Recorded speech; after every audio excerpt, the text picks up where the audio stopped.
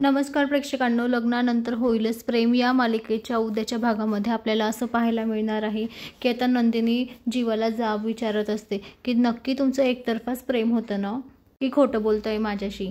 तर आता हे ऐकून जीवाच्या पायाखालची जमीनच सरकते. जीवाला काही सुचतच नसतं काय करावं काय नाही.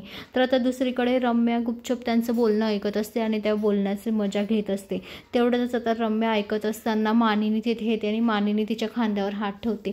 तेवढ्यात आता रम्या खूप घाबरून जाते, कारण कोणी हात ठेवला, कोण आहे मागे हे पाहण्यासाठी बघते. तर काय तिथे मानिनी आलेली असते.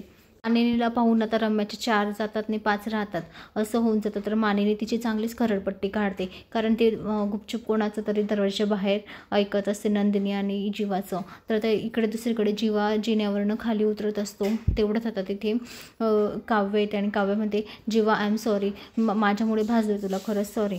तू 1 मिनिट थांब, आमच्या रूममध्ये अँटीसेप्टिक क्रीम आहे, ते मी तुला लावून देतो. तेव्हा आता जीवा लगेच रागात म्हणतो, जखमा देणाऱ्यांनी मलमपट्टी करायला येऊ नये.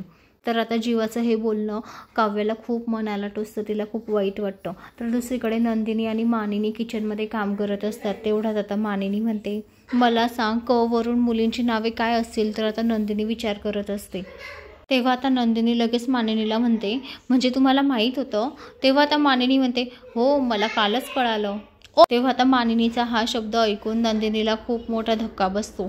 तर आता नंदिनी जाब विचारेल का मानिनीला, की क वरून कोण होतं जीवाच्या आयुष्यामध्ये, हे आपल्याला पाहायला मिळेल.